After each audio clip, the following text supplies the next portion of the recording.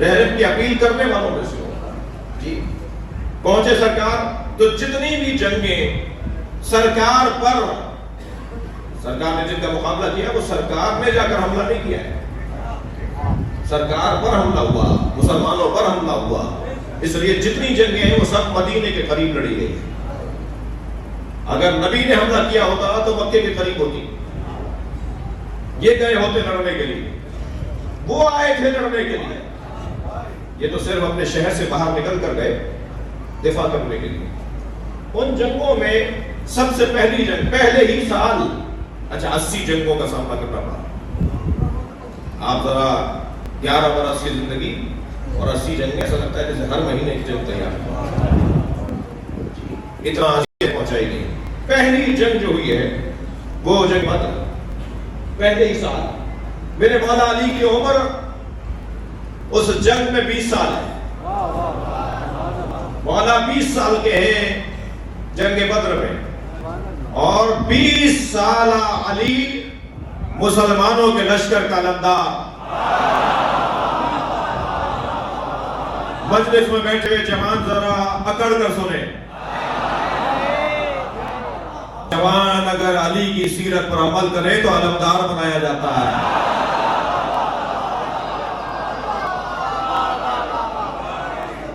نہ یونیورسٹیاں جوانوں کے بغیر چل سکتی ہیں، نہ اسکولوں میں جوان کے بغیر تصور تعلیم ہے، اور نہ ہی مملکت بغیر جوانوں کی صلاحیتوں کے چل سکتا ہے، اور نہ ہی نمازوں میں مزہ بغیر جوانی کے ہے، اور نہ ہی مجلسوں میں رنگ بغیر جوانی کے ہے، اور نہ ہی جلوسوں کی رونق بغیر جوانی کے ہے. یہ جوان اللہ کو بڑا عزیز ہے. یہ جوان اللہ کو بڑا عزیز ہے. تمام تر گناہ کرنے کی صلاحیتوں کے بعد جب یہ وضو کر کے مصلی پہ کھڑا ہوتا ہے تو اللہ فرشتوں سے کہتا ہے ذرا زمین پہ دیکھو تمہیں کچھ نظر آیا؟ فرشتے اللہ سے کہتے ہیں یا اللہ ایک ستارہ چمک رہا ہے. اللہ کا جواب آتا ہے یہ ستارہ نہیں ہے، یہ وہ میرا بندہ ہے جو گناہوں کی صلاحیتوں کے باوجود میرے آگے سجدہ کرنے کھڑا ہوا ہے.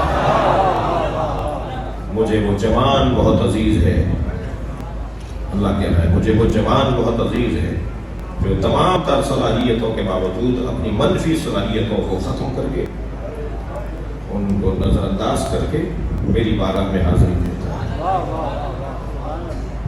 مجھے نہیں معلوم کہ حیدرآباد میں انتظامیہ کی شخصیات تشریف فرما ہے، کتنا جوانوں کی ورزش کا اہتمام ہے حکومت کی طرف سے. یہ ڈھیلا ٹیڑھا چلنے والا جوان، یہ کمر بڑھایا ہوا جوان، یہ کمزور اور ناتوان جوان ملک کی جوانی کو کھا جائے گا. لہذا ہر شہر کے اندر شہری انتظامیہ کا فرض بنتا ہے کہ وہ ان کی صحت کی بحالی کے لیے ادارے بنائیں، ان کی ورزش کے لیے، ان کی صحت اچھا رکھنے کے لیے. اور اگر خدا نخواستہ ریاست کی بے توجہیاں جیسے بہت سی چیزوں میں ہیں یہاں بھی ہو تو پھر میں برادری سے کہوں گا، جیسے ہمارے کراچی کے خواجہ برادران نے، پنجاب کے شیخ برادران نے اپنی برادریوں کے لیے اپنے جوانوں کی ورزش اور صحت کا انتظام کیا ہوا ہے، تو برادریاں بھی یہ کام کریں، جوانوں کا توجہ دیں، جوانوں کو مثبت مصروفیت دینے کی ضرورت ہے. اس کا خون کہنا ہے کہ کچھ کرے، اور قوم کے نمائندگان اسے کچھ کرنے کے لیے کام نہیں دے رہے، تو پھر اس کو کبھی کوئی قوم پرست جماعت اغوا کرے گی، اسے کبھی پھر کوئی دہشت گرد جماعت اغوا کرے گی، پھر اسے کوئی لسانی جماعت اغوا کرے گی، پھر اس کے ذہنوں کو اغوا کیا جائے گا. تو اس سے پہلے کہ کوئی اور اغوا کرے اسے وہاں لے آؤ جہاں کے لیے بنایا گیا ہے. صلوات پڑھیں گے محمد و آل محمد.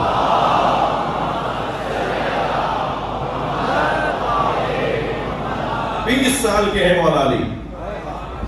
جنگ بدر میں علی علمدار لشکر اسلام.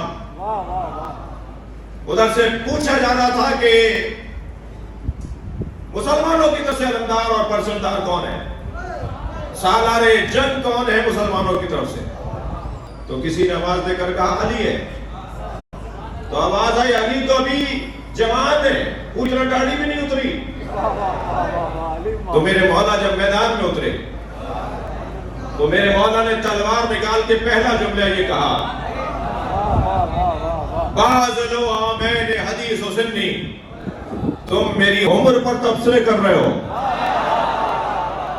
بعض لو آمین، دو مصرے میرے مولا کے، بعض لو آمین حدیث و سنی، تم میری سن و صحابہ میری عمر پہ تبصرے کر رہے ہو. اللہ اکبر. وَلِمِثْلِ هَذَا وَلَدَتْنِي أُمِّي، میری ماں نے اسی دن کے لیے تو جنا تھا. صلوات پڑھیں گے محمد و آل محمد.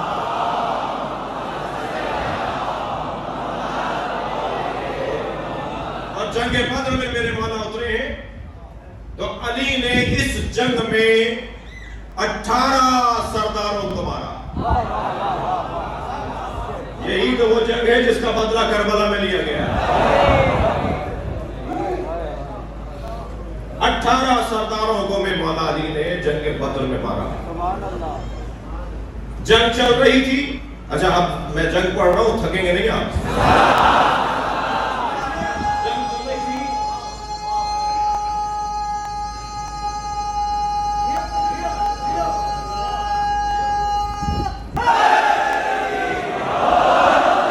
ایک مرتبہ خبر آئی کہ بدر میں مشرکین مکہ ایک کرائے کا قاتل لائے. میں تو ایسے ہی مجلس پڑھا. مولانا کرائے کے قاتل کی اصطلاح تو آج کی ہے اور وہ بھی پاکستان میں ہی سنی ہے. تو یہ آپ وہاں کہاں لے گئے اس اصطلاح کو؟ جنگ بدر میں کرائے کا قاتل، کیا مطلب ہے اس کا؟ بھائی یہ اصطلاح اس زمانے میں نہیں تھی، مگر انسان تو اسی مزاج کا ہے. انسان تو نہیں بدلتا، اصطلاحیں بدلتے ہیں، جملے بدلتے ہیں، طریقے بدلتے ہیں، مگر انسان نہیں بدلتا. تو جیسے آج کے رائے کے قاتلوں کو سے پتہ ہی نہیں ہوتا، اسی ایک ہی بندوق سے وہ شیعہ کو بھی مار کے آتا ہے، اسی سے وہ سنی کو مار کے آتا ہے. بعد میں پوچھا جاتا ہے تم نے کس کو مارا تھا؟ مجھے اس سے غرض نہیں، مجھے کہا تھا 50,000 روپے دے گے، یہ تذکیر ہے، یہ آدمی ہے، یہاں رہتا ہے، اسے مار دو. اور میں مار کر آ گیا. اور بھائی تمہارا عزیز تھا، تمہارا رشتہ دار تھا، تم بھی تو کسی مقصد مسلک کے ہو گئے. تو کتنے ہی لوگ اس ملک کے ایسے پکڑے گئے کہ جو اپنے ہی مکتب اور مسلک کے لوگوں کو مار کر آئے. اور یاد رکھیے ظالم کا کوئی مسلک نہیں ہوتا، ظالم کا کوئی مذہب نہیں ہوتا. ظالم ظالم ہوتا ہے جو پیسے کی خاطر کسی کی جان لے لے. جی وہ آدمی نہیں ہے، وہ انسان نہیں ہے، وہ جانور ہے. بلکہ قرآن کہہ رہا ہے یہ جانور سے بھی مستر ہے. بچ کے رہیے، ہوشیار رہیے، متوجہ رہیے.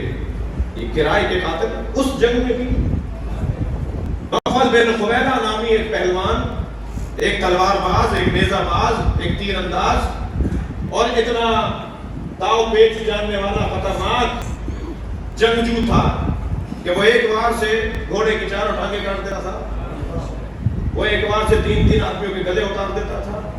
عجیب انداز تھا اس کے لڑنے کا. اسے پیسے دے کر کے اتنے پیسے ملیں گے ہمارے ساتھ چلو. سرکار کو معلوم ہوا کہ یہ نوفل بن خویلہ کو ملائے. تو حضرت نے مرتبہ اپنے دونوں ہاتھوں کو اٹھا کر کہا اللہم اکفنی نوفلا، یا اللہ ہمیں نوفل سے محفوظ رکھ، میری امت کو، میرے لوگوں کو، میرے مجاہدوں کو نوفل سے محفوظ رکھ. میرے مولا نبی نے یہ کہہ دیا. جنگ چل رہی تھی. جنگ چلتے ہوئے کچھ دیر گزری کہ سرکار نے مرتبہ مشرکین کے لشکر کو دیکھتے ہوئے کسی کو تلاش کرنا چاہا. تو کچھ فاصلے سے مولا علی کی آواز آئی، یا رسول اللہ کچھ دیکھ رہے ہیں؟ تو حضرت نے فرمایا من لہو علم بنوفلا، کسی کو نوفل کی خبر ہے؟